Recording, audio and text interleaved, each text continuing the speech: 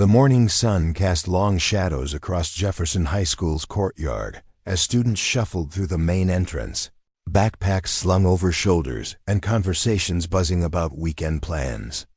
Among the familiar faces navigating the hallways, one figure stood out, a petite girl with shoulder-length auburn hair, clutching a schedule and looking genuinely lost. Before we jump back in, tell us where you're tuning in from, and if this story touches you, make sure you're subscribed because tomorrow, I've saved something extra special for you. Maya Chun adjusted her oversized glasses and smoothed down her pale blue cardigan, the kind that screamed, "I'd rather be invisible." Her dark jeans were perfectly pressed, her sneakers spotless white, and everything about her appearance suggested someone who avoided conflict at all costs. She paused at the intersection of two hallways, consulting her schedule with the concentration of someone deciphering ancient hieroglyphics. "Excuse me," she said softly to a passing student, her voice barely above a whisper. "Do you know where room 204 is?" The student, a lanky boy with paint-stained fingers, pointed down the left corridor. "Second floor, turn right at the trophy case." Maya nodded gratefully, tucking a strand of hair behind her ear, a nervous habit that would become familiar to anyone watching her closely. She made her way up the stairs, her footsteps deliberately quiet, as if she were trying not to disturb the very air around her. Room 204 was already half full when she slipped inside, finding an empty desk near the back corner. The perfect spot for someone who preferred observation to participation. She unpacked her supplies with methodical precision. 3 perfectly sharpened pencils arranged by length, a pink eraser positioned at the exact corner of her desk, and a notebook open to a fresh page with her name written in careful cursive at the top. Mrs. Patterson, a middle-aged woman with kind eyes and graying hair, noticed the new arrival immediately. "Class, we have a new student joining us today. Would you like to introduce yourself, dear?" Maya's cheeks flushed pink as every head in the room turned toward her. She stood slowly, her hands clasped in front of her waist. "I'm Maya Chun. My family just moved here from Portland." Her voice was soft, polite, with just enough tremor to suggest genuine nervousness. "Well, welcome to Jefferson High, Maya. I'm sure everyone will make you feel right at home." As Maya sat back down, she caught glimpses of the social landscape around her. There were the typical high school archetypes: the academic overachievers hunched over their textbooks, the athletes with their Letterman jackets draped over chairbacks, the artists with their paint-stained fingers and creative chaos, and then there were the ones who seemed to command attention simply by existing. Brittany Walsh sat 3 rows ahead, her platinum blonde hair cascading over her shoulders like something from a shampoo commercial. She wore the kind of designer clothes that cost more than most people's monthly rent, and her confidence radiated outward like heat from a fire. Her inner circle consisted of Madison Rivera, whose dark hair was styled in perfect waves, and Ashley Thompson, a redhead whose smile never quite reached her eyes. Behind them sat their male counterparts: Derek Sullivan, whose broad shoulders and square jaw made him look like he'd stepped off a movie poster, and Tyler Brooks, whose easy grin and tousled brown hair had probably broken several hearts already. They were the kind of group that moved through high school like they owned it, and in many ways, they did. During the first few minutes of class, Maya kept her head down, diligently taking notes on Mrs. Patterson's lecture about American literature. She wrote in neat, small handwriting, occasionally pushing her glasses up her nose when they slipped. Everything about her screamed easy target to those who were looking for one. The first incident came during the transition between first and second period. Maya was walking down the hallway, consulting her schedule again, when someone deliberately bumped into her shoulder. Her books scattered across the floor, and her carefully organized papers fluttered like autumn leaves. "Oops," said Madison, though her tone suggested the collision was anything but accidental.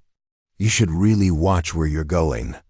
Maya knelt to gather her scattered belongings, her face burning with embarrassment as other students stepped around and sometimes over her things. A few kind souls helped her collect the papers, but most just continued on their way, too absorbed in their own lives to care about the new girl's misfortune. "Thanks," Maya whispered to a girl with purple-streaked hair who handed her a crumpled worksheet. She reorganized her materials with shaking hands, the careful order she'd maintained now completely disrupted. The second incident happened during lunch. Maya had found a quiet table in the corner of the cafeteria, away from the main social hubs where laughter and conversation created a constant buzz of noise. She'd brought her lunch from home, a simple sandwich, an apple, and a juice box that further emphasized her apparent youth and naivety. She was halfway through her meal when Ashley appeared beside her table, flanked by two girls Maya didn't recognize.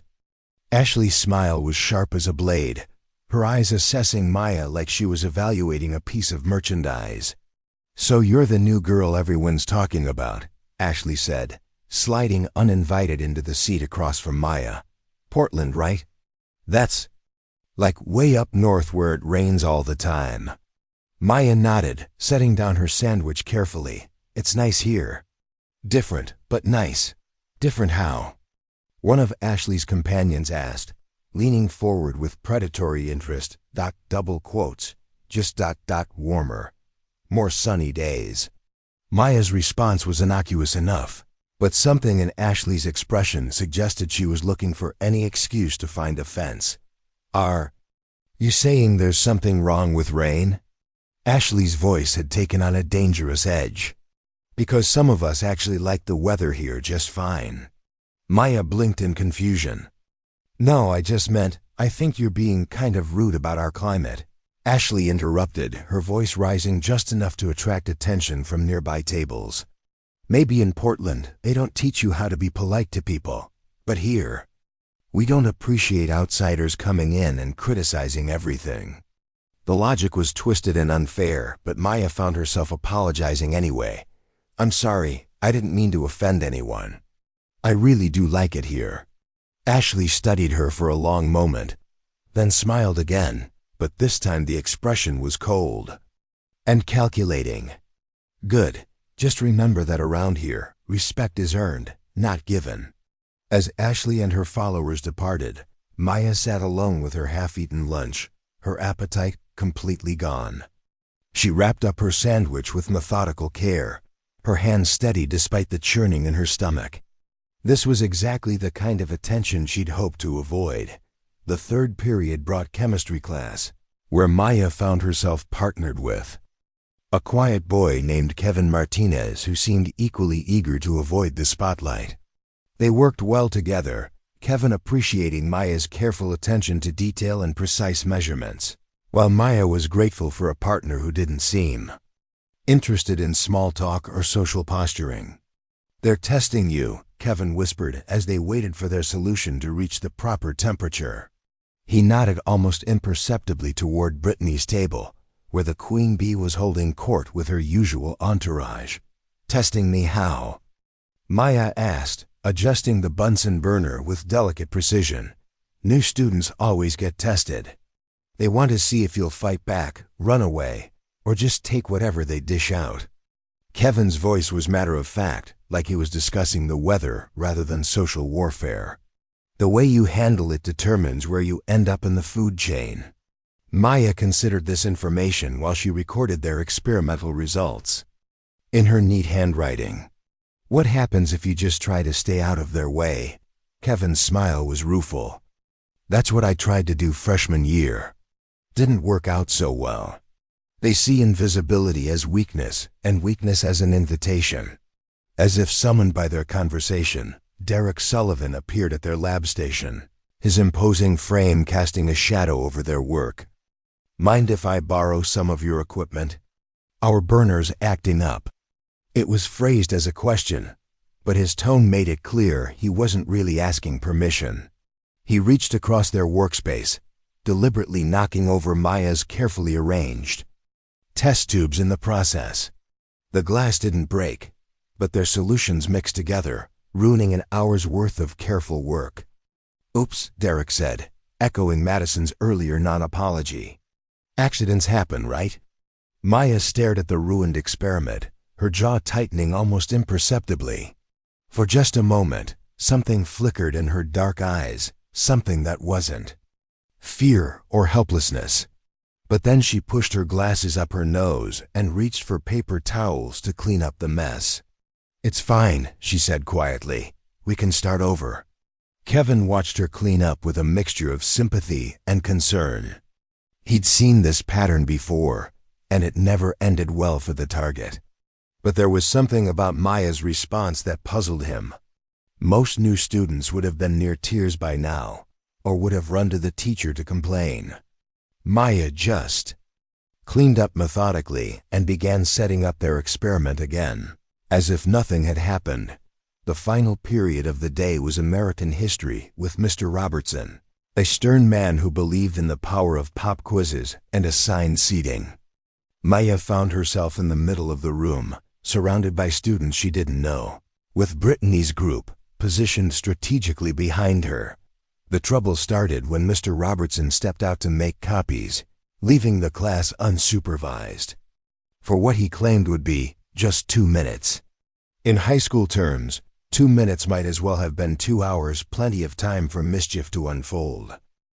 Maya was bent over her textbook, reading ahead in the chapter about westward expansion, when she felt something hit the back of her head. A small piece of crumpled paper bounced off her auburn hair and landed on her desk. She ignored it, continuing to read about the Oregon Trail with apparent fascination. The second projectile was larger, a wadded-up piece of notebook paper that struck her right ear.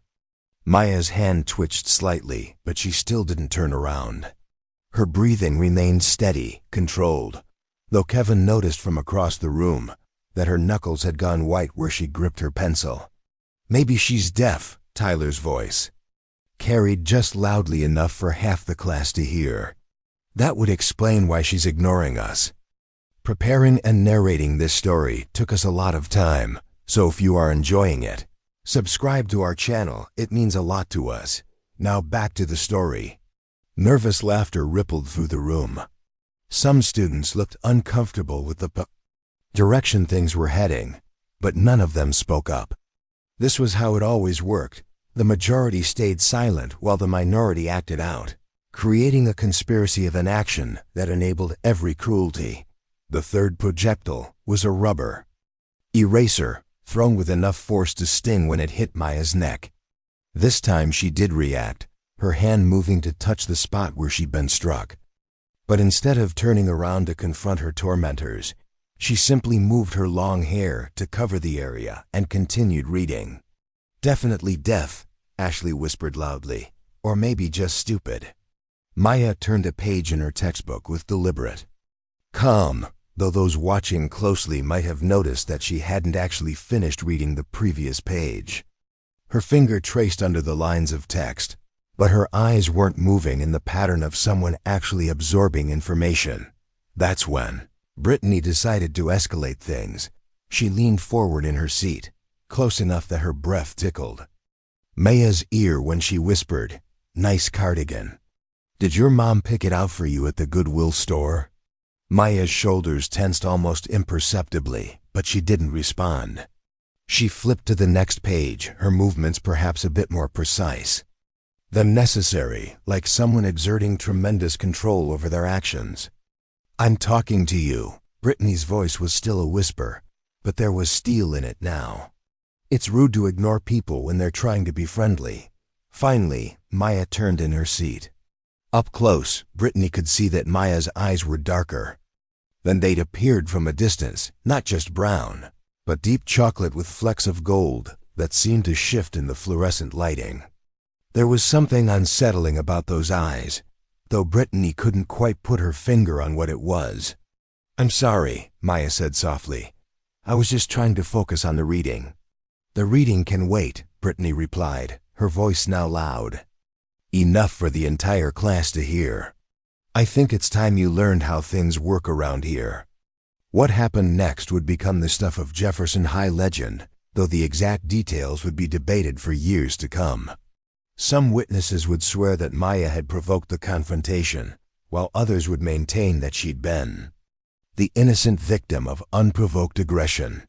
But everyone agreed on the basic facts of what transpired in those crucial 30 seconds before Mr. Robertson returned to the classroom. Brittany reached forward and grabbed the back of Maya's cardigan, ostensibly to get her attention, but with enough force to pull her backward in her chair. The sudden movement caught Maya off guard, and she had to grab the edge of her desk to keep from toppling over. "Maybe you need a wake-up call," Brittany said, her voice now carrying clearly across the silent classroom. Every student was watching, now their textbooks forgotten, sensing that they were about to witness something significant. That's when Derek decided to join in the fun. He stood up from his seat and moved to Maya's side, his height and bulk making him appear even more intimidating in the confined space of the classroom.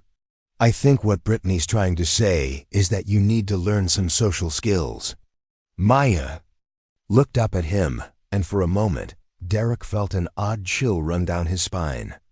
There was something in her expression, not fear, not anger, but a kind of cool assessment that made him feel like he was being measured for something unpleasant.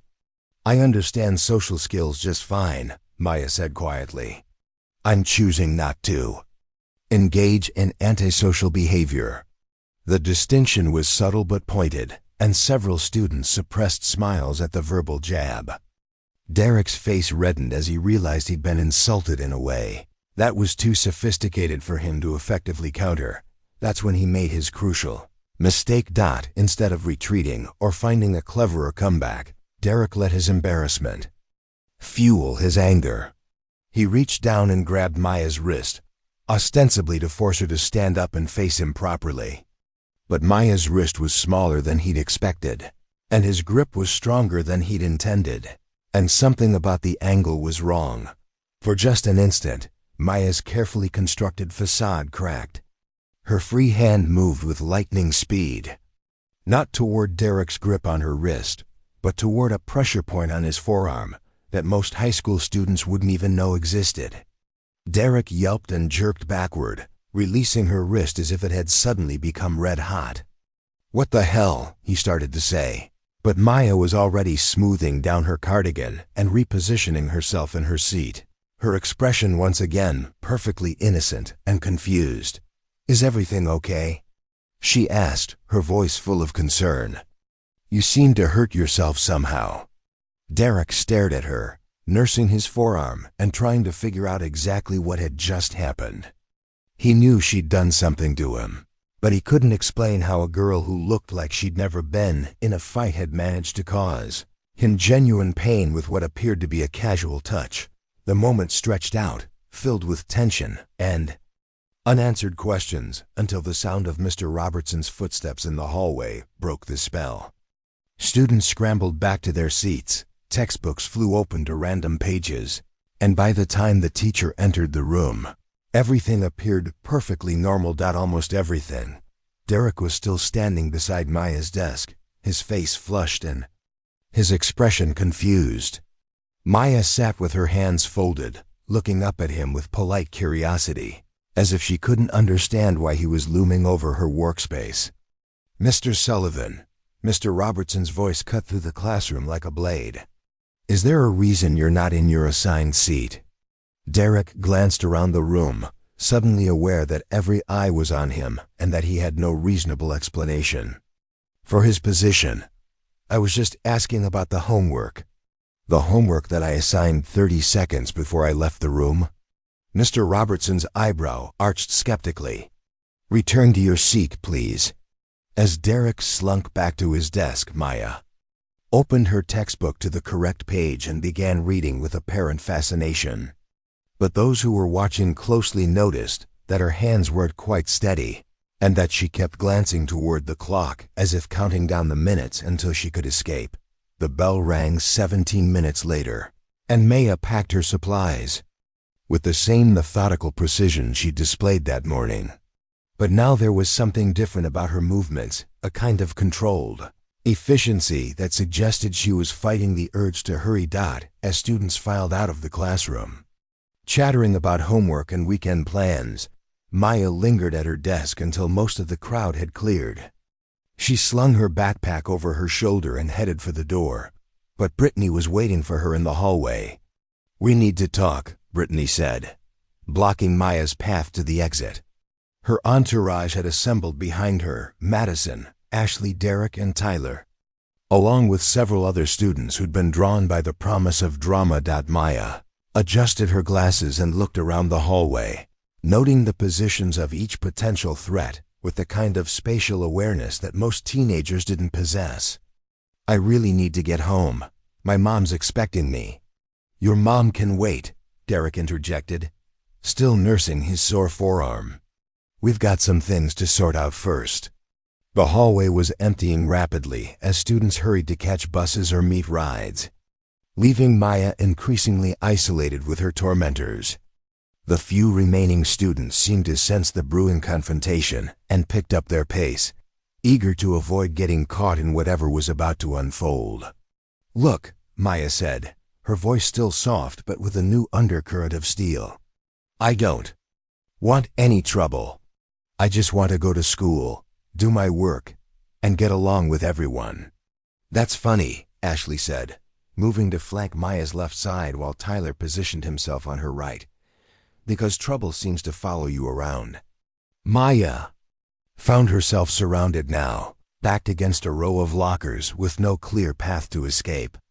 This was the moment she'd been dreading since she'd walked through Jefferson High's front doors that morning.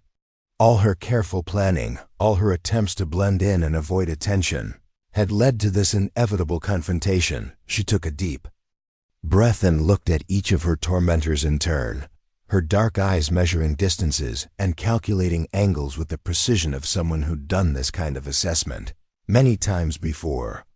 But when she spoke, her voice was still that of a frightened teenager. "Please just let me go home. I haven't done anything to any of you." Brittany smiled, the expression sharp and predatory. "See, that's where you're wrong. Your very existence is doing something to us. You're disrupting the natural order of things." "What natural order?" Maya asked, though she already knew the answer. "The one where everyone knows their place," Derek said, stepping closer until Maya could smell his cologne and see the acne scars he tried to cover with carefully applied concealer. "And your place is at the bottom." Maya's jaw tightened almost imperceptibly. She'd spent years learning to control her reactions, to present the face that the situation required. But there were limits to even her considerable patience. "And who decided that?" "We did," Tyler said simply. "That's how it works. We're at the top, you're at the bottom, and everyone else falls somewhere in between." "What if I don't agree to that arrangement?" Maya asked quietly.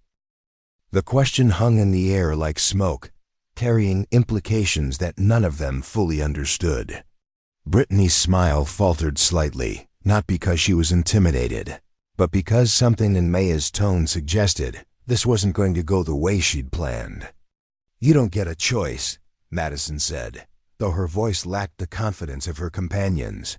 There was something about Maya's stillness that was beginning to unnerve her, the way she stood so perfectly balanced, the way her breathing remained steady despite being surrounded and threatened. That's when Derek made his second crucial mistake of the day. Maybe it was frustration over the incident in the classroom, or maybe it was just the intoxicating rush of having an audience. But Derek reached out and grabbed Maya's backpack, intending to dump her carefully organized supplies all over the hallway floor. It was a classic bullying move, humiliating but not technically violent, designed to establish dominance while maintaining plausible deniability. But Maya's backpack was attached to her shoulders with both straps, and when Derek yanked on it, Maya came with it. She stumbled forward, off balance and vulnerable, and that's when Brittany saw her opportunity, moving with the cruel precision of someone who'd perfected the art of humiliation. Brittany reached for the hem of Maya's modest skirt and yanked upward, clearly intending to expose her in front of the gathering crowd of onlookers. What happened next would be replayed in slow motion in the minds of everyone, present for years to come. Maya's hand moved faster than should have been humanly possible, catching Brittany's wrist in a grip that stopped the upward motion of her skirt immediately. But it was more than just the speed of her reaction that shocked the witnesses. It was the absolute authority in her movement, the way she controlled Brittany's entire arm with what appeared to be minimal effort. "Don't," Maya said quietly, and her voice carried a quality that made everyone in the hallway go absolutely still. Brittany tried to pull her hand free, but Maya's grip was like iron. For the first time in her high school career, Brittany Walsh found herself completely unable to do what she wanted to do, held in place by someone she dismissed as weak and helpless. "Let go of me," Brittany demanded. But there was something new in her voice, something that sounded suspiciously like fear. Maya looked at her for a long moment, those dark eyes seeming to see right through Brittany's careful facade of confidence and cruelty. When she spoke, her voice was still soft, but now everyone could hear the steel beneath the silk. "I asked you nicely to let me go home," Maya said. "I told you I didn't want any trouble. I've been polite and respectful all day, even when you and your friends have been testing me." She released Brittany's wrist, but instead of stepping back, she moved forward half a step, closing the distance between them until Brittany had to tilt her head back to maintain eye contact. "But if you ever try to humiliate me like that again," Maya continued, her voice dropping to barely above a whisper, but somehow still audible to everyone present, "you're going to discover that there are worse things in this world than being at the bottom of your little social hierarchy." The silence in the hallway was absolute. Even the usual sounds of the school distant voices, slamming lockers, squeaking sneakers on linoleum seemed muted, as if the building itself was holding its breath. Maya stepped back, smoothed down her skirt with hands that didn't shake, and adjusted her backpack straps with the same methodical precision she'd shown all day. But now that precision looked different, not nervous or compulsive, but controlled and purposeful, like the movements of someone who never wasted motion or energy. "I'm going home now," she announced to the group at large. "I suggest you all do the same." She walked toward the exit with measured steps, her sneakers silent on the polished floor. Nobody moved to stop her. Nobody spoke. They just watched her go, each of them processing what they'd witnessed and trying to reconcile the Maya who'd just faced down their leader with the shy, nervous girl who'd introduced herself that morning. It wasn't until the sound of the main doors closing behind her that the spell broke and normal conversation resumed in the hallway. But the conversations were different now, hushed, speculative, full of questions that nobody quite knew how to answer. Brittany stood where Maya had left her, unconsciously rubbing her wrists where those deceptively delicate fingers had held her. Immobile. She'd built her reputation on being untouchable, on being the one who controlled every social interaction through force of personality and carefully applied cruelty. But for those few seconds, she'd been completely helpless, held in place by someone she'd dismissed as insignificant. The memory of that feeling, that absolute powerlessness, would follow her home and keep her awake that night, staring at the ceiling and wondering what she'd gotten herself into. Derek was having similar thoughts as he touched his forearm where Maya had done something that he still couldn't explain or understand. He'd been in plenty of fights, had given and received his share of bruises and black eyes, but he'd never experienced anything like that moment of precise, controlled pain that had come from what looked like a casual touch. As the group dispersed and headed for their respective rides home, each of them carried with them the unsettling realization that their carefully ordered world had just been disrupted by someone they'd completely underestimated. Maya Chen, meanwhile, walked through the parking lot toward the bus stop with the same quiet demeanor she'd maintained all day. But now, alone with her thoughts and away from prying eyes, she allowed herself a small, satisfied smile. The first day was always the hardest. After this, things would be much simpler. She had work to do after all, and Jefferson High had just become a much more interesting place to do it. The next morning arrived with the kind of crisp autumn air that made everything seem sharper, more defined.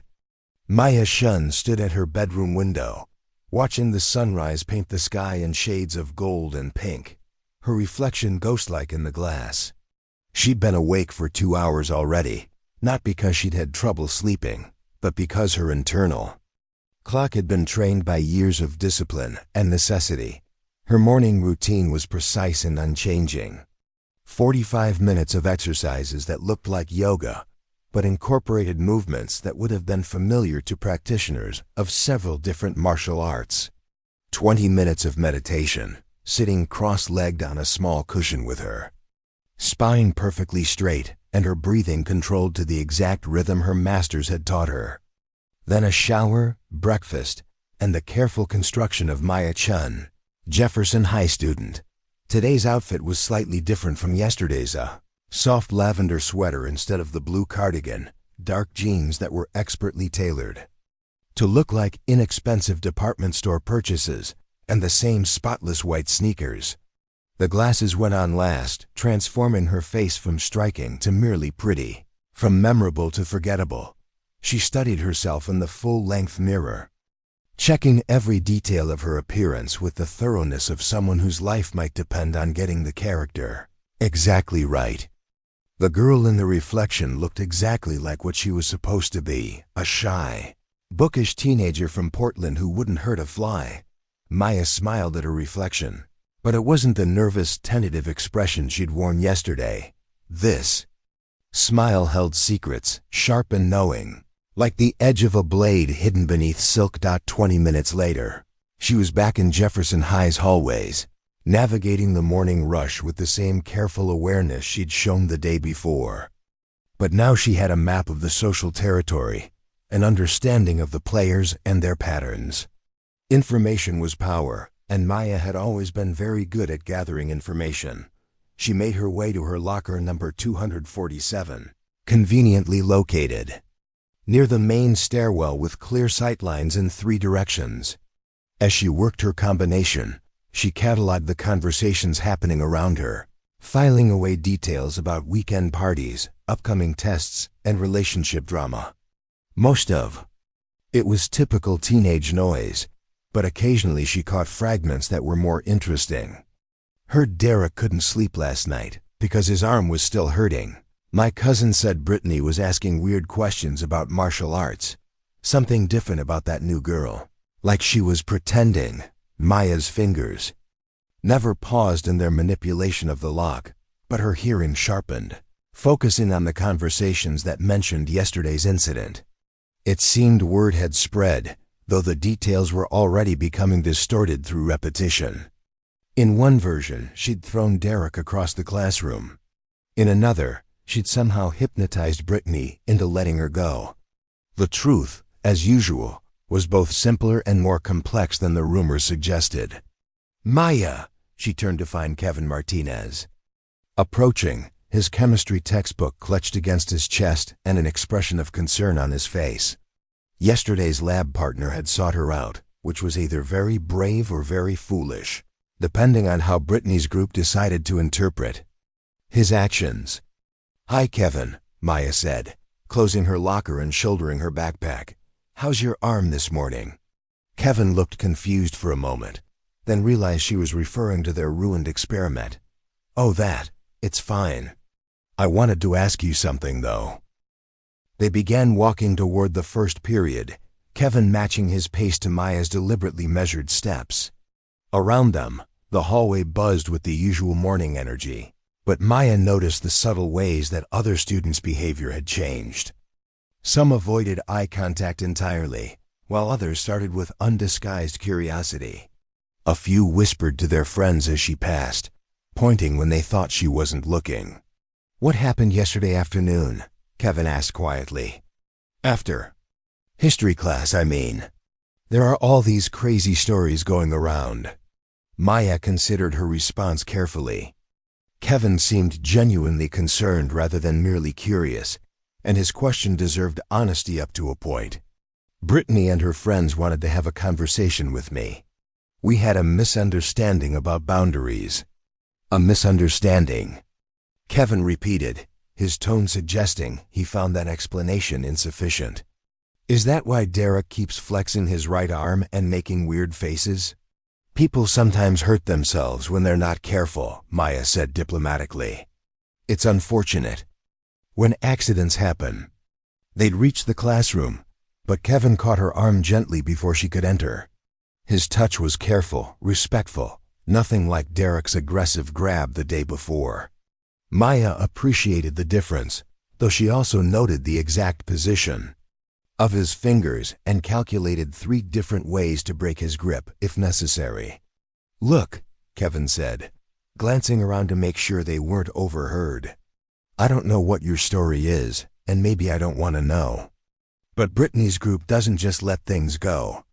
Whatever happened yesterday, it's not over. Maya studied his face, reading the genuine concern in his expression. Kevin Martinez was one of the good ones, the kind of person who tried to help, even when it might cost him socially. In another life, under different circumstances, she might have been friends with someone like him.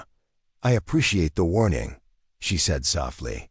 But I can take care of myself, can you? Kevin's question was direct, his brown eyes searching her face for answers she couldn't give him. Because from where I sit, you're one person against a group that controls half the school. Maya's smile was gentle but carried undertones that Kevin couldn't quite interpret. Sometimes one person is enough. First period passed without incident. Maya took her usual seat in the back corner, diligently copied down Mrs. Patterson's notes about transcendentalism, and participated just enough to seem engaged without drawing attention to herself. She was becoming part of the classroom's background, exactly as she'd planned. But during the passing period between first and second periods, she encountered her first test of the day. Madison Rivera was waiting by the water fountain, positioned so that Maya would have to walk directly past her to reach her next class. It was a classic power play, not quite blocking the hallway, but making it clear that any interaction would happen on Madison's terms. Maya, Madison called out, her voice carrying just far enough to attract attention from nearby students. I wanted to talk to you about yesterday. Maya paused, calculating angles and distances out of habit while maintaining her expression of polite attentiveness. What about yesterday? Brittany feels like there might have been some miscommunication, Madison said, choosing her words carefully. Around them, other students slowed their pace, sensing drama but trying not to be obvious about their eavesdropping. I thought we communicated very clearly, Maya replied. I asked to be left alone, and she eventually agreed to my request. Madison's perfectly glossed lips tightened almost imperceptibly. She wants to make sure you understand that she was just trying to be friendly. You know, help you figure out how things work around here. That's very kind of her, Maya said, her tone so neutral it could have meant anything. But I think I'm starting to understand how things work just fine. The subtext of the conversation was clear to anyone paying attention.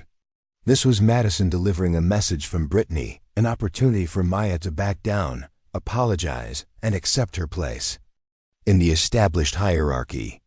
The smart play, from a social survival standpoint, would be to take the offered olive branch and fade back into anonymity.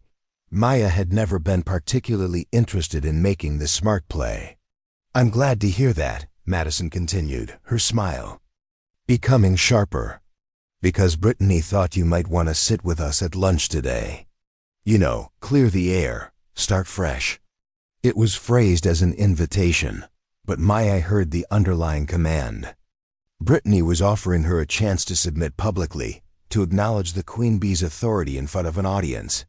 Refusing would be seen as a declaration of war. That's a generous offer, Maya said, adjusting her backpack straps with the same methodical precision she brought to everything. But I'm meeting someone for lunch today. Madison's eyebrows rose slightly. Oh, anyone we know? Maya's smile was enigmatic. I don't think so. It wasn't technically a lie. Maya was meeting someone for lunch. though not in the way Madison would understand. She had a phone call scheduled with her handler, a check-in that couldn't be delayed or rescheduled. But the ambiguity of her answer served another purpose. It suggested connections and relationships that Brittany's group didn't know about, which would make them cautious about escalating too quickly. "Well," Madison said, her tone cooling noticeably. "Maybe another time then." "Maybe," Maya agreed, though her tone suggested the possibility was remote. As Madison walked away, Maya noticed several students watching the exchange with expressions ranging from admiration to concern. She'd just publicly declined an invitation from Brittany Walsh's inner circle, something that simply didn't happen at Jefferson High. The ripple effects would spread through the school's social network within hours. Second period was advanced placement biology with Dr. Sarah Chin, no relation, despite the shared surname. Maya had specifically requested this class during her enrollment process, not because she had particular interest in cellular metabolism, but because Dr. Chun had a reputation for running a disciplined classroom where disruptions were not tolerated. She took her assigned seat at a lab table near the front, noting that Kevin was in this class as well, though seated several tables away.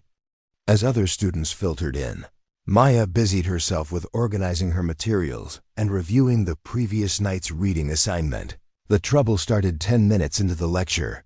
Tyler Brooks entered the classroom 15 minutes late, disrupting Dr. Chun's explanation of mitochondrial function with his dramatic entrance. He made a show of apologizing for his tardiness, claiming car trouble, though the smell of cigarette smoke that followed him suggested a different explanation for his delay. Dr. Chen accepted his excuse with the weary resignation of someone who'd heard every possible variation of "the dog ate my homework" over the course of her 20-year career. Tyler made his way to his assigned seat, which happened to be directly behind Maya, and settled in with the kind of exaggerated movements designed to draw maximum attention. For the first 20 minutes, he behaved himself reasonably well. He took notes, asked a semi-intelligent question about cellular respiration, and only whispered to his neighbor twice. Maya began to hope that yesterday's incident had convinced Brittany's group to pursue a more subtle approach to their conflict. Then Tyler started kicking her chair. It began gently, almost accidentally, the kind of contact that could be explained away as fidgeting or restlessness. A tap with his sneaker against the back legs of her chair, just enough to create a small vibration that would be annoying but not obvious to outside observers. Maya ignored it, continuing to copy down Dr. Chun's diagrams with steady concentration. In her peripheral vision, she could see Kevin watching the interaction with growing concern. His hands clenched around his pencil as he debated whether to intervene. The kicks became more frequent and deliberate. Tyler was testing her limits, seeing how much harassment she would tolerate before reacting. It was a classic bullying technique: escalate gradually, always staying just below the threshold that would bring adult intervention. Maya's pencil never paused in its movement across her notebook, but those watching closely might have noticed that her handwriting was becoming more precise, more controlled, as if she were channeling her frustration into the careful formation of letters and numbers. When Tyler started incorporating his textbook into the harassment, letting it accidentally fall off his desk so that it bumped against Maya's chair on its way to the floor, Dr. Chun finally noticed the disruption. "Mr. Brooks," she said, her voice cutting through the classroom like a surgical instrument, "is there a problem with your workspace?" Tyler's expression was perfectly innocent. "No, ma'am. Sorry about the noise. I'm just clumsy today." Dr. Chun studied him for a moment, her dark eyes taking in the subtle signs of deliberate misbehavior that 20 years of teaching had taught her to recognize. But without concrete evidence of intentional disruption, her options were limited. "Perhaps you could work on being less clumsy," she suggested dryly. "Some of us are here to learn." "Yes, ma'am," Tyler agreed solemnly, though the smirk he directed at the back of Maya's head suggested his compliance would be temporary. Dr. Chun returned to her lecture, but Maya could sense the teacher's increased attention to their section of the classroom. Any further disruptions would be noticed immediately, which meant Tyler would have to be more creative in his harassment. He chose to focus on sound. It started with heavy breathing, the kind of exaggerated sighs and huffs that suggested boredom or frustration. Then came the subtle percussion, fingernails drumming against his desk in irregular rhythms, the soft squeak of his sneaker against the floor, the whisper of pages being turned more frequently than necessary. Each sound was innocent in isolation, but together they created a constant backdrop of irritation designed to make concentration impossible. It was psychological warfare conducted through auditory assault, and Tyler was skilled enough at it to suggest considerable practice. Maya's response was to become even more still, more focused. She slowed her breathing to a meditative rhythm, filtered out the unnecessary sounds, and maintained her attention on Dr. Chin's explanation of enzyme function with laser-like intensity. But Tyler interpreted her lack of reaction as weakness rather than control. That's when he made his mistake, during a particularly complex diagram that required Dr. Chun to turn her back to the class. Tyler leaned forward and whispered directly into Maya's ear, "You can pretend to ignore me all you want, but we both know you're just scared." Maya's pencil stopped moving. For the first time since the harassment had begun, she went completely still. The sudden absence of motion was somehow more noticeable than any dramatic reaction would have been. "I know what you are," Tyler continued, his voice barely audible but clearly intended to unnerve her. "You're just another scared little girl who's in way over her head." Maya turned in her seat, moving with fluid grace that seemed too controlled for a nervous teenager. When she faced Tyler, her expression was perfectly calm, but something in her dark eyes made him lean back instinctively. "You're right," she said quietly, her voice carrying clearly despite its low volume. "I am scared." Tyler's confidence faltered slightly. This wasn't the reaction he'd expected. You. "You are?" Maya nodded solemnly. "I'm scared that if you keep testing my patience, I might forget that we're in a classroom full of witnesses." The words were spoken in the same soft tone she'd used to apologize yesterday, but their effect on Tyler was immediate and dramatic. Color drained from his face as he processed the implications of her statement, and he found himself leaning even further back in his chair, as if trying to put distance between them. "Is there a problem, Miss Chun?" Dr. Chun's voice cut through the moment like a blade, making both students aware that their interaction had been noticed. Maya turned back toward the front of the classroom with the same fluid grace, her expression once again perfectly innocent. "No problem, Dr. Chen. Tyler was just helping me understand the previous concept." Dr. Chun's gaze shifted to Tyler, who was now sitting rigidly upright in his chair, his face still pale and his hands clenched in his lap. How helpful of him.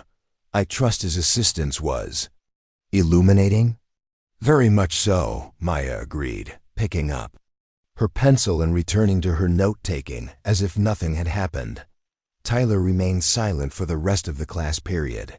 His earlier confidence completely evaporated. He kept his hands folded on his desk, his feet planted firmly on the floor, and his eyes fixed on Dr. Chun with the intensity of someone who desperately wanted to avoid further attention. When the bell rang, signaling the end of second period, Tyler was among the first students to pack up and leave, practically fleeing the classroom without making eye contact with Maya or anyone else. His hasty retreat was noticed by several classmates, including Kevin, who lingered near Maya's desk as she gathered her materials. "What did you say to him?" Kevin asked quietly, glancing toward the door where Tyler had disappeared. Maya looked genuinely puzzled by the question. "I just thanked him for his help with the lesson." "Why do you ask?" Kevin studied her face, searching for signs of deception but finding only innocent confusion. Either Maya Chun was an extremely good actress, or she genuinely didn't understand why her interaction with Tyler had ended so dramatically. "No reason," Kevin said finally. "I just noticed he seemed unsettled." "Maybe he wasn't feeling well," Maya suggested charitably. The classroom did get a bit warm during the lecture. As they walked toward their next classes, Kevin found himself stealing glances at his new friend, trying to reconcile the shy, soft-spoken girl beside him with the person who'd apparently reduced Tyler Brooks to a nervous wreck with nothing more than a few whispered words. Maya, meanwhile, was already planning her next moves. The morning's encounters had provided valuable intelligence about her opponent's tactics and temperament. Madison was the diplomat, offering negotiated settlements and face-saving compromises. Tyler was the harasser, specializing in psychological pressure and war of attrition, that left Derek as the muscle and Brittany as the strategist. She'd encounter both of them before the day was over, and she needed to be ready for whatever they might attempt. Third period was advanced placement chemistry, a subject that Maya actually found genuinely interesting. Dr. Michael Torres was a young teacher, enthusiastic about his subject and committed to hands-on learning. The classroom was set up with lab stations rather than traditional desks, and students were encouraged to work collaboratively on experiments and problem-solving exercises. Maya found herself partnered with Rebecca Jang, a quiet girl with exceptional organizational skills and a talent for precise measurements. They worked well together, completing their assigned experiments efficiently while maintaining the kind of focused conversation that made learning enjoyable. It was during their third experiment, a complex analysis of chemical reaction rates, that Derek Sullivan entered the picture. He'd been assigned to the lab station directly across from theirs, partnered with a nervous boy named Marcus, who clearly wanted to be anywhere else in the world. Derek's approach to chemistry was the same as his approach to most subjects: minimal effort combined with maximum disruption. For the first half of the period, he content himself with accidentally knocking over equipment, asking loudly irrelevant questions, and making inappropriate comments about the female students in the class. Dr. Torres corrected him repeatedly, but Derek's violations were just minor enough to avoid serious consequences. Maya and Rebecca continued their work with professional focus, but Maya was acutely aware of Derek's presence and growing frustration. He was building up to something, and she suspected she knew what it was. The confrontation came during their final experiment of the period. Maya was carefully measuring a precise amount of hydrochloric acid when Derek accidentally bumped into her lab station, jarring her elbow and causing several drops of the acid to spill onto the lab bench. "Oops," Derek said, his tone making it clear the collision had been intentional. "Sorry about that. Chemistry can be so dangerous when you're not careful." Maya looked at the spilled acid, then at Derek, her expression thoughtful rather than angry. "You're absolutely right. Chemical accidents can have very serious consequences." She reached for the neutralizing solution, moving with the kind of careful precision that suggested considerable experience with hazardous materials. As she cleaned up the spill, she continued talking in a conversational tone. "Did you know that hydrochloric acid can cause severe burns if it comes into contact with skin?" she asked, seemingly making casual conversation while she worked. "And if someone were to accidentally splash it on themselves, the pain would be immediate and intense." Derek shifted uncomfortably, not liking the direction of her comments. "Yeah, well, that's why we wear safety goggles." Maya nodded agreeably. Safety equipment is very important. Though, of course, it can't protect against every possible accident.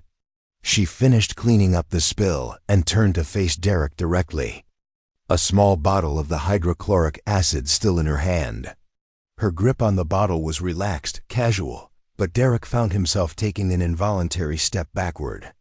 "For instance," Maya continued in the same conversational tone, "if someone were to deliberately cause an accident, they might not have time to protect themselves when the consequences came back to them." Derek's eyes were fixed on the bottle in Maya's hand, his earlier confidence evaporating as he realized how vulnerable he was. One careless movement, one accidental slip, and he could find himself experiencing exactly the kind of chemical burn Maya had just described.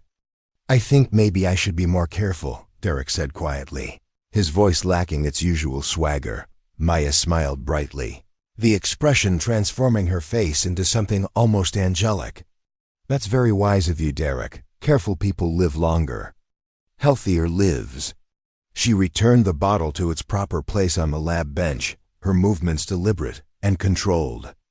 Derek remained frozen in place for several seconds, processing what had just happened, before retreating to his own lab station, where he spent the remainder of the period, working in uncharacteristic silence. Rebecca had watched the entire exchange, with wide eyes, her own hands trembling slightly as she processed the implications of what she'd witnessed. "Maya," she whispered, "what just happened?" Maya looked genuinely surprised by the question. Derek was concerned about lab safety, so I explained some of the potential hazards.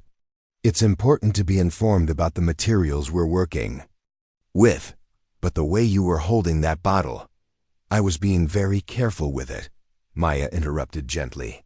"Just like I told Derek he should be." Rebecca stared at her for a moment longer, then decided that some questions were better left unasked. She returned to her notes, though Maya noticed that her handwriting remained shaky for the rest of the period. The bell rang, signaling the end of the third period and the beginning of lunch. As students filed out of the classroom, Maya packed her materials with the same methodical precision she brought to everything. While mentally preparing for the next phase of her day, she had a phone call to make, intelligence to report, and plans to refine. But first, she needed to navigate the social minefield of the cafeteria, where Brittany Walsh would undoubtedly be holding court and plotting her next move. Maya slung her backpack over her shoulder and headed for the door, passing Derek's lab station on her way out. He was still cleaning up his workspace, moving with uncharacteristic care and attention to detail. "Have a good lunch, Derek," Maya said pleasantly as she passed. Derek looked up at her, and for a moment she saw something new in his expression. Not fear exactly, but respect.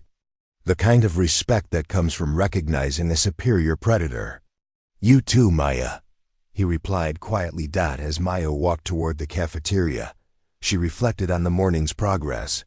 3 encounters, 3 different approaches, 3 successful demonstrations of the consequences of underestimating her. Word would spread, as it always did in high school, and by tomorrow the entire school would know that Maya Chun was not the helpless target she appeared to be. But she also knew that Brittany Walsh was not the type to back down from a challenge. If anything, the morning's incidents would only make her more determined to establish her dominance, more creative in her methods, and more dangerous in her execution. Maya smiled to herself as she approached the cafeteria doors. She'd been looking forward to a worthy opponent, and it seemed like Jefferson High was finally going to provide her with one. The real game was about to begin. The cafeteria at Jefferson High was a carefully orchestrated ecosystem of social hierarchies, invisible boundaries, and unspoken rules that governed where students could sit, whom they could approach, and how they could interact. Maya Chun surveyed this landscape from the entrance, her dark eyes cataloging exits, potential weapons, and the positioning of various social groups with the methodical precision of someone trained to assess tactical situations. She bypassed the lunch line entirely, having no intention of actually eating. Instead, she made her way to a small table near the windows, isolated enough for privacy, but positioned to maintain visual contact with Brittany's usual territory. As she settled into her seat, she pulled out her phone and dialed a number that wasn't stored in her contacts. "Status report," came the crisp voice on the other end of the line. Agent Diana Harper had been Maya's handler for 3 years, and their communication style had long since dispensed with pleasantries. "Integration proceeding according to plan," Maya replied quietly, her voice masked by the ambient noise of hundreds of teenagers eating and socializing. Target has been located and preliminary reconnaissance is complete. Any complications? Maya glanced toward Brittany's table, where the queen bee was holding court with her usual entourage. Even from across the cafeteria, she could see the animated gestures and frequent glances in her direction that suggested she was the primary topic of conversation. Some resistance from local territorial disputes, Maya said diplomatically. Nothing. That can't be managed. Time frame for objective completion? 72 hours, assuming no unforeseen variables. There was a pause on the other end of the line. Diana Harper was not someone who appreciated ambiguity in mission reports. Elaborate on potential variables. Maya watched as Derek Sullivan joined Brittany's table, his animated retelling of something clearly agitating the group. Ashley Thompson's face was growing redder by the minute, while Tyler Brooks kept glancing nervously toward Maya's position. Local power structures are more complex than initial intelligence suggested, Maya said carefully. May require additional tactical adjustments. Understood. Maintain cover at all costs. Phoenix Protocol is authorized if compromise becomes imminent. The line went dead. Maya stared at her phone for a moment, processing the implications of what Diana had just said. Phoenix Protocol meant burning her entire identity and extracting from the situation, leaving no traces behind. It was a last resort option, used only when an operative's cover was blown and their life was in immediate danger. The fact that Diana had authorized it meant the stakes of this mission were higher than Maya had been told. She was so absorbed in these thoughts that she almost missed the approach of her next challenger. Almost, but not quite. Years of training had made situational awareness as natural as breathing, and she sensed the presence behind her several seconds before the voice spoke. Mind if I sit?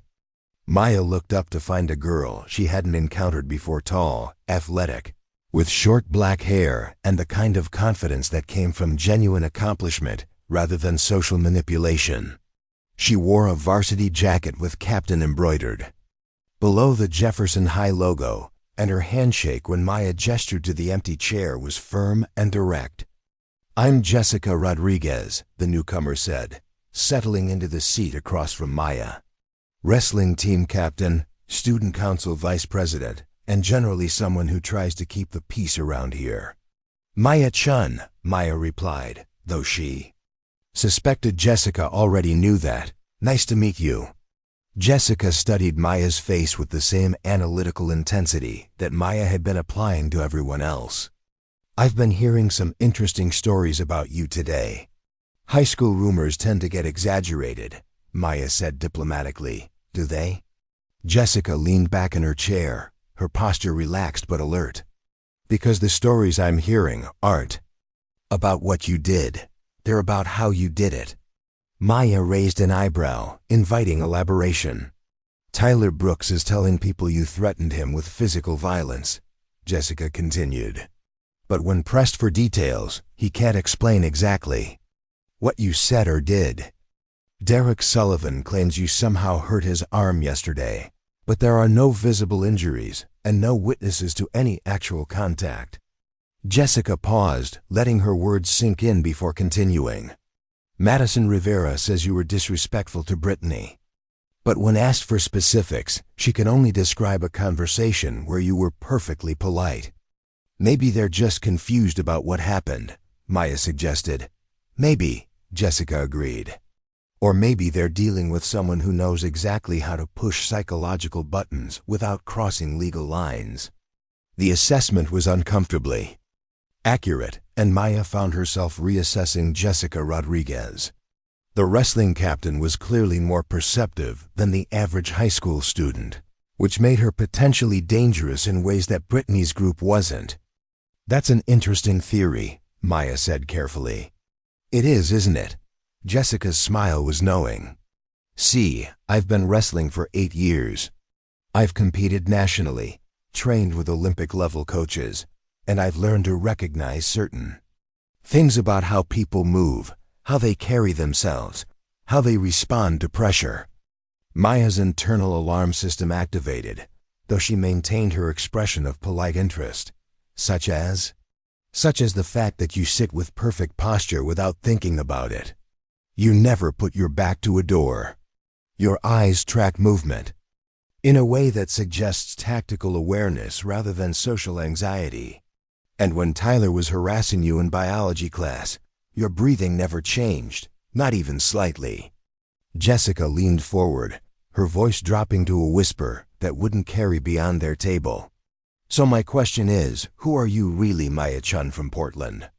The moment stretched between them, filled with unspoken challenges and calculations. Maya had two options: maintain her cover and hope Jessica would let the matter drop, or trust that the wrestling captain might be an ally rather than a threat. Her decision was made for her when Brittany Walsh's voice cut across the cafeteria. Like a blade, well, look who's making friends with the freak squad.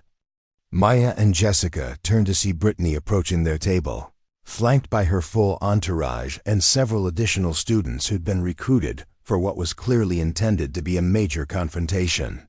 The cafeteria's noise level dropped perceptibly as other students sensed the brewing drama and began positioning themselves for optimal viewing. "Hello, Brittany," Jessica said calmly, rising to her feet with fluid grace. At her full height, she was several inches taller than the queen bee, and her athlete's build made the difference even more pronounced. "I was just getting acquainted with our new student." "How sweet," Brittany's voice dripped with false sincerity. "Though I think Maya might be a little too advanced for someone at your social level." It was a calculated insult, designed to provoke Jessica into a defensive reaction that would shift the focus away from Maya. But Jessica had been dealing with attempted intimidation since her freshman year, and Brittany's psychological tactics had no effect on her. "You might be right," Jessica agreed amiably. "Maya does seem pretty sophisticated. Much more so than she lets on." The comment was clearly directed at Maya, and the knowing look that accompanied it suggested Jessica wasn't finished with her investigation. But before Maya could respond, Derek Sullivan stepped forward, his earlier nervousness replaced by renewed aggression. "Maybe we should find out exactly how sophisticated she really is," Derek said, cracking his knuckles in a gesture that was probably meant to be intimidating. Maya looked up at him from her seated position, her expression mildly curious. "What did you have in mind, Derek?" Derek's confidence faltered slightly at her calm response, but he was committed now, with an audience watching and Brittany expecting him to deliver. "I think it's time someone taught you about respect. I've always found respect to be a fascinating concept," Maya replied conversationally, still seated and apparently unconcerned by Derek's looming presence. "Some people think it's something you demand. Others believe it's something you earn." She stood up slowly, her movement so controlled and fluid that it seemed almost choreographed. As she rose to her full height, something about her posture changed, not dramatically, but enough to make Derek take an unconscious step backward. "Which camp do you fall into, Derek?" Before Derek could answer, Tyler Brooks stepped up beside him, apparently having recovered his courage now that he had backup. "We fall into the camp that thinks new students need to learn their place." Maya's smile was gentle, almost pitying. "And what place would that be?" "At the bottom," Brittany said, moving to flank Maya's left side while Ashley positioned herself. "On the right, where freaks and wannabes belong." The circle was closing now, with Maya surrounded by hostile students and the rest of the cafeteria watching with rapt attention. It was the kind of confrontation that would normally end with humiliation for the outnumbered victim, and Brittany was clearly counting on Maya's apparent vulnerability to ensure a quick and decisive victory. She had badly miscalculated. "I see," Maya said quietly, her gaze moving slowly around the circle of her tormentors. "And you've appointed yourselves as the arbiters of this social hierarchy." "That's how it works," Madison said, though her voice lacked the confidence of her companions. Something about Maya's calm demeanor was making her nervous. How interesting, Maya mused. In my experience, true power doesn't need to announce itself. It simply is. Derek had heard enough philosophy. With a growl of frustration, he reached out to grab Maya's shoulder, intending to physically demonstrate his dominance over the smaller girl. What happened next occurred so quickly that most witnesses would later disagree about the exact sequence of events. Maya moved like liquid lightning, her body flowing around Derek's grasping hand with movements that seemed to defy physics. One moment Derek was reaching for her shoulder. The next he was on his knees with his arm twisted behind his back at an angle that made several onlookers wince in sympathy.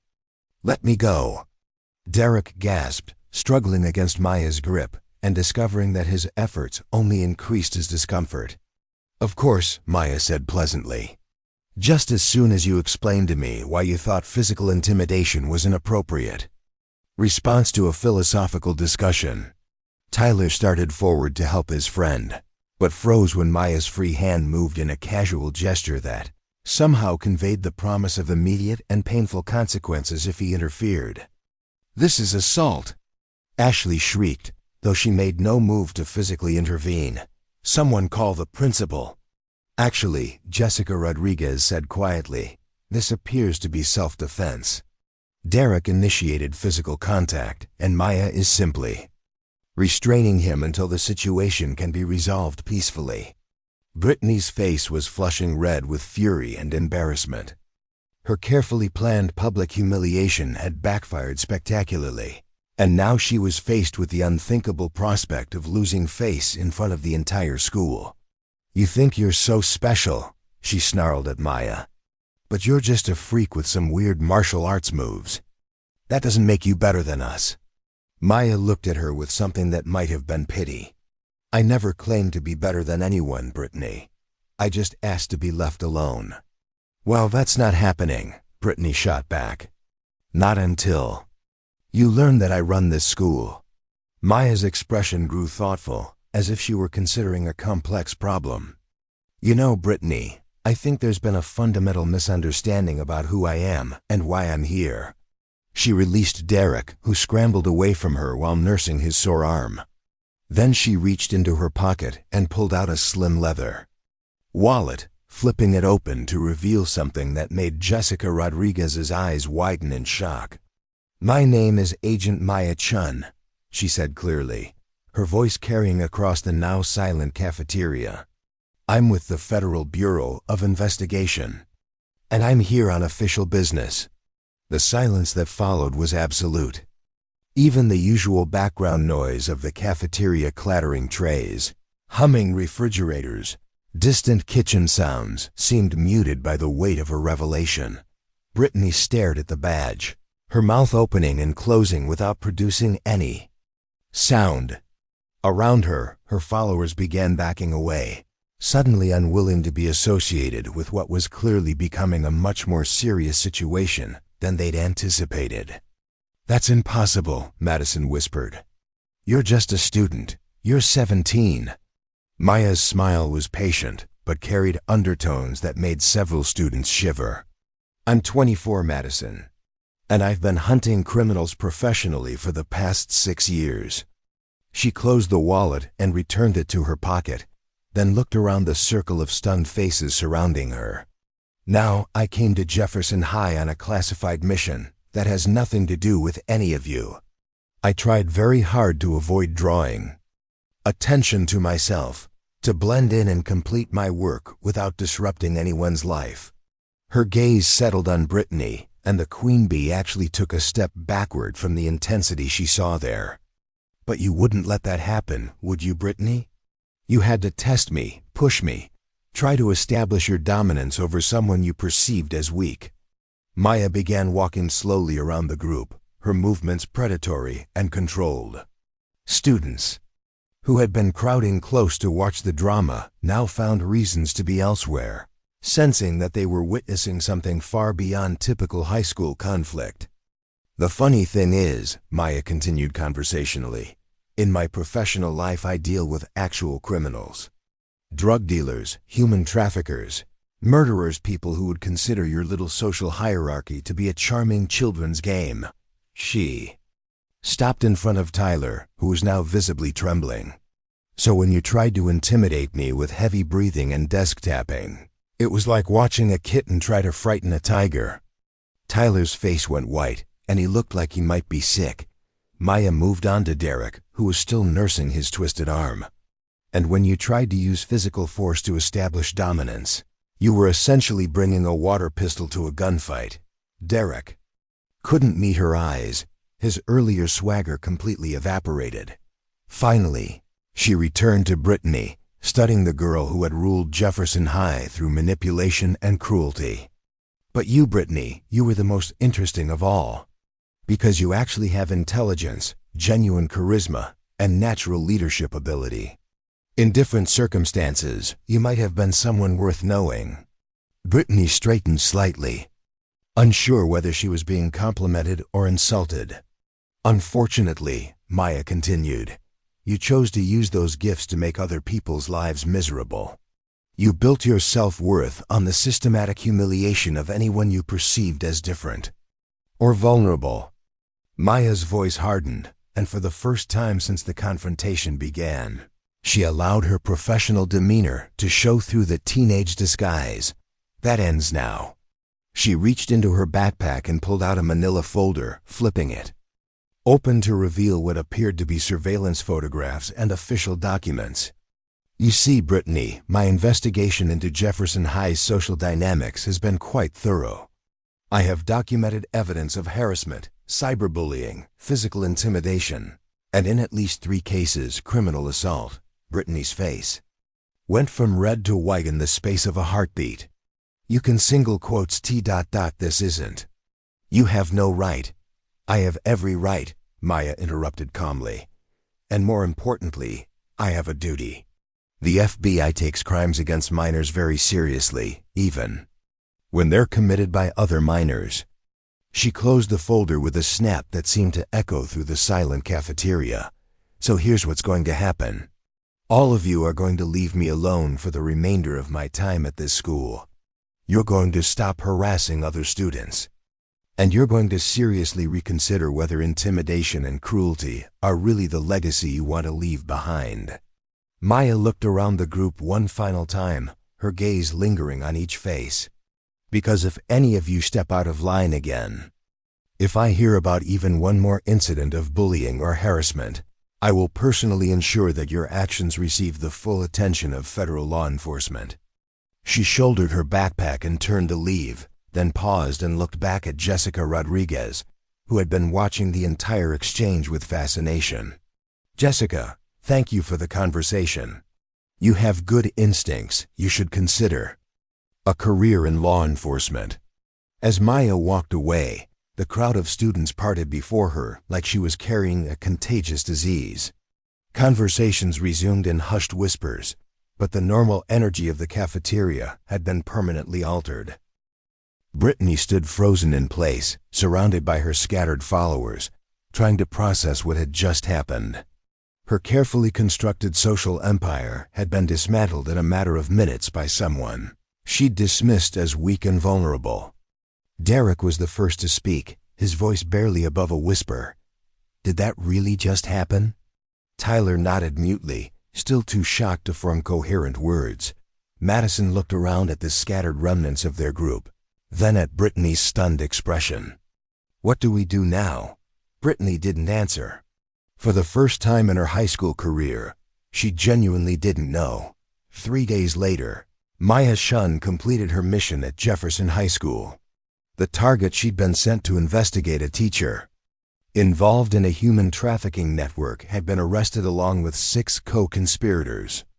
The operation had been a complete success, with no civilian casualties and minimal collateral damage. As she cleaned out her locker for the last time, Maya reflected on the unexpected complications her mission had encountered. She'd come to Jefferson High expecting to deal with criminal networks and dangerous adults, not teenage social hierarchies and high school drama. But in some ways, the latter had proven more challenging than the former. leaving us so soon?" Maya turned to find Jessica Rodriguez approaching, her expression curious but friendly. Over the past 3 days, the wrestling captain had been one of the few students to treat Maya normally, apparently unbothered by the revelation of her true identity. "My work here is finished," Maya said simply, closing her locker for the final time. "And Brittany's group? What happens to them?" Maya considered the question. In the days since the cafeteria confrontation, Brittany Walsh's social empire had effectively collapsed. Some of her followers had drifted away, unwilling to associate with someone who'd been so publicly humiliated. Others had begun questioning the entire system of social hierarchies that had defined their high school experience. Most importantly, the incidents of bullying and harassment that had been routine at Jefferson High had dropped to almost zero.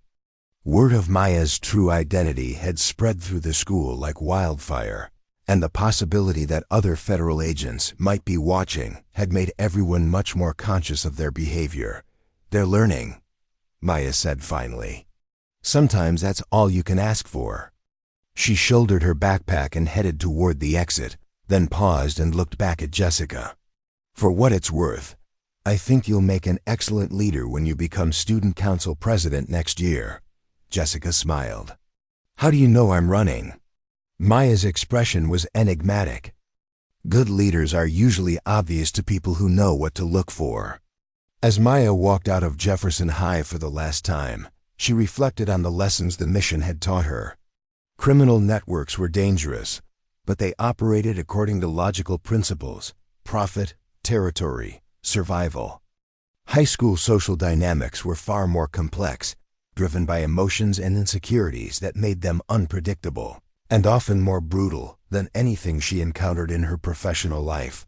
But both environments shared one common truth: bullies, whether they were criminal masterminds or teenage queen bees, only respected strength.